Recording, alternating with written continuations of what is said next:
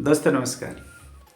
आज आपका दोस्त जगदीश सांकल एक बार फिर हाजिर है और आज जो मैं मुद्दा लेकर हाजिर हुआ हूँ वो है कर्म रूपी बीज, यानी बीज का महत्व। दोस्तों, हम सभी जानते हैं कि एक बीज को यदि हम बोते हैं तो उससे अनेक सीड मिलते हैं। एक बीज को बोते हैं उससे अनेक बीजों की प्राप्ति होती है। यानी ईश्वर ने ऐसी क्षमता दी है कि एक बीज बोएंगे तो उससे सहस्त्र बीज निकल सकते हैं, सहस्त्र बीजों की प्राप्ति हो सकती है। ये संभावना है। जैसे ही उस बीज को उपयुक्त मौसम मिला, हवा, मिट्टी, सूर्य का प्रकाश मिला, वो जर्मिनेट होगा और अनेकों बीज प्राप्त होंगे। अब सोचना यह है कि आपने बीज बोया कैसा। अब ये बात तो तय है कि ईश्वर ने आपको ये शरीर रूपी बीज देके विचारों की स्वतंत्रता दे दी, कर्म करने के लिए स्वतंत्र छोड़ दिया। तो जैसा आप कर्म करेंगे वैसा ही आप फल भोगेंगे, भुगतान वैसा ही करना, जैसा आपने किया वैसा भोगना। तो बीज देकर आपको स्वतंत्र कर दिया, जैसा चाहो वैसा वो भाई, और फिर जैसा चाहो वैसा काट नहीं सकते। क्यों? जैसा बोया वैसा काटना पड़ेगा। तो जो आपने बोया है उसको काटने के लिए तैयार रहे। अच्छा बोया तो अच्छा और बुरा बोया तो बुरा। एक बोया शस्त्र काटेंगे, फिर चाहे वो अच्छा हो या बुरा। लेकिन दोस्तों, होता क्या है, ये जो मनुष्य शरीर हमारे को दिया, इस मनुष्य शरीर के साथ में एक चीज और जोड़ दी, वो है अभिमान। अभिमान के बस हमें कुछ भी पता नहीं चलता, क्या अच्छा और क्या बुरा। हम जो सोचते हैं, जो हम करते हैं, वो मानते हैं कि यही सब अच्छा है, फिर चाहे वो बुरा हो और ये अच्छा हो। हमारे समझ में ये आता है कि यही सब अच्छा है, जो हमने किया वही अच्छा है। उस अभिमान में रह जाते हैं। दोस्तों, आपने देखा होगा, हम हमारे घर में एक कांच खरीद कर लेकर आते हैं, ग्लास, जिसमें हम अपना चेहरा देखते हैं।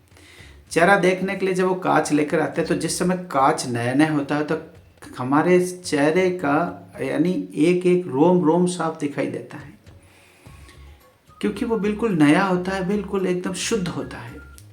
आपके चेहरे का रोम रोम साफ दिखाई देता है। लेकिन धीरे धीरे उस पर जब मिट्टी का आवरण जमता है और उसको आप सफाई नहीं करते हैं, वो गंदा हो जाता है, तो एक स्थिति ऐसी आती है कि कांच के भले ही सामने खड़े हैं लेकिन उसके अंदर चेहरा दिखना बहुत दूर की बात, आपको कुछ भी दिखाई नहीं देता।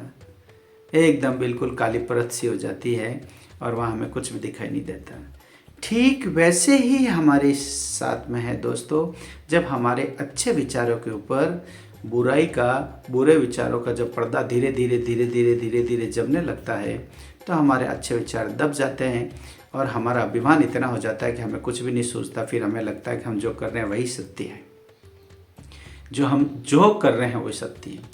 लेकिन दोस्तों, ये बात भी तो सत्य है ना, हम जानते हैं, ये सब जानते हैं कि बबूल का बीज बोकर आम की उम्मीद कर रहे हैं, तो कहाँ तक सत्य है। कई बार ये होता है कि बबूल का बीज हो चाहे बीज का ही हो और भी हो, बो तो दिया लेकिन इसको फल की प्राप्ति में देरी हो जाती है और हम सोचते हैं तब तक जो हम कर रहे हैं वही सत्य है, हमें तो कुछ प्राप्त ही नहीं हुआ। तो इसके महाभारत के अंदर जाइए और भीष्म पितामह का उदाहरण देख लीजिए दोस्त, आपको समझ आ जाएगी। देख लीजिए, पढ़ लीजिए कि कई वर्षों के बाद, कई जन्मों के बाद में भी भीष्म पितामह को बाणों की शैया पर सोना पड़ा, क्योंकि उनके द्वारा जाने या अनजाने में एक कर्म किया गया था और उस कर्म की सजा महाभारत कालीन में उन्हें भोगनी पड़ी। तो जैसी करनी वैसी भरनी, न माने तो करके देख। स्वर्ग भी है, दोजख भी है, न माने तो मर के देख। किसी ने सत्य कहा है, जैसा करोगे वैसा भरोगे और निश्चित रूप से भरना है। अच्छे का अच्छा और बुरे का बुरा। तो जैसा आप बीज बोएंगे सहस्त्र गुना काटना पड़ेगा।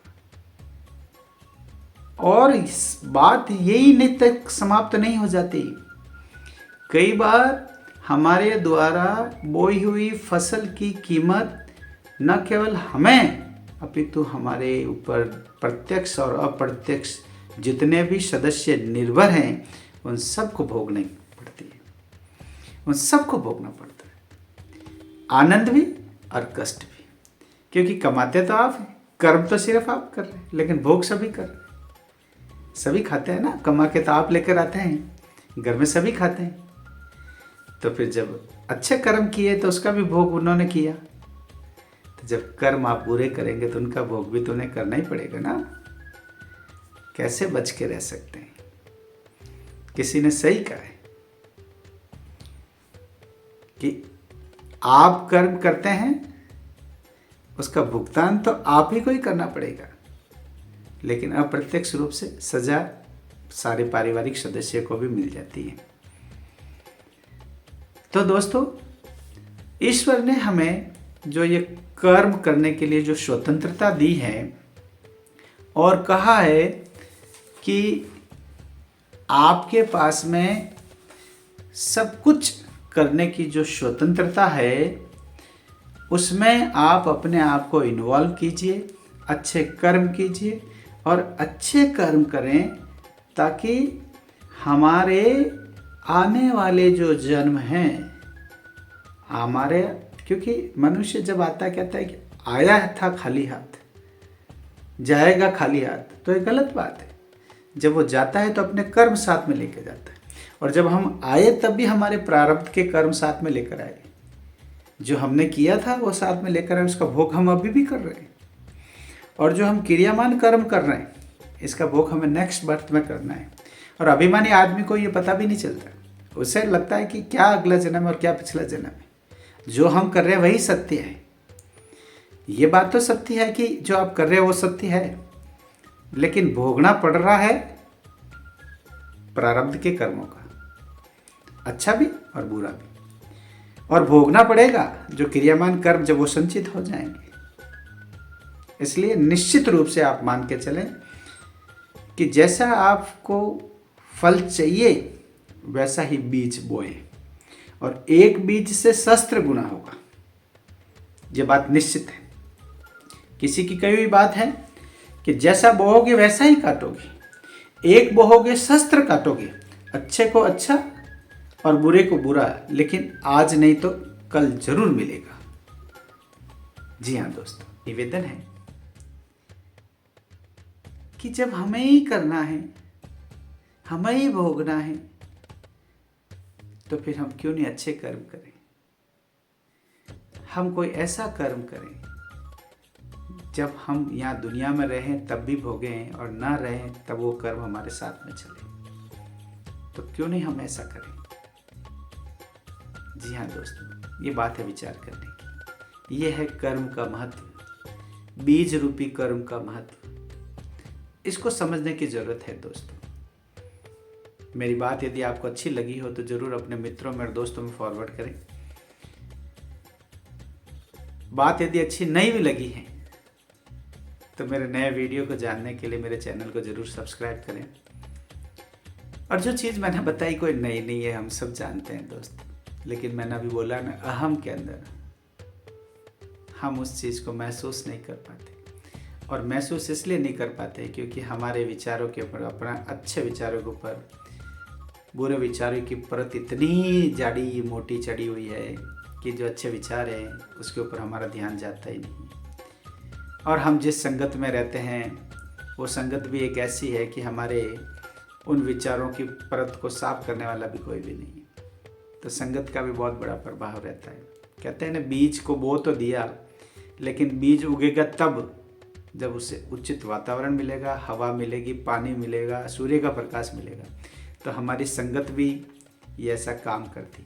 आप जिस संगत में रहते हैं वो हमारे उन विचारों को, अच्छे विचारों को, अच्छी संगत में तो अच्छे विचार और बुरी संगत में बुरे विचार, उसको उत्पन्न करने के लिए वो जिम्मेदारी है उस संगत की।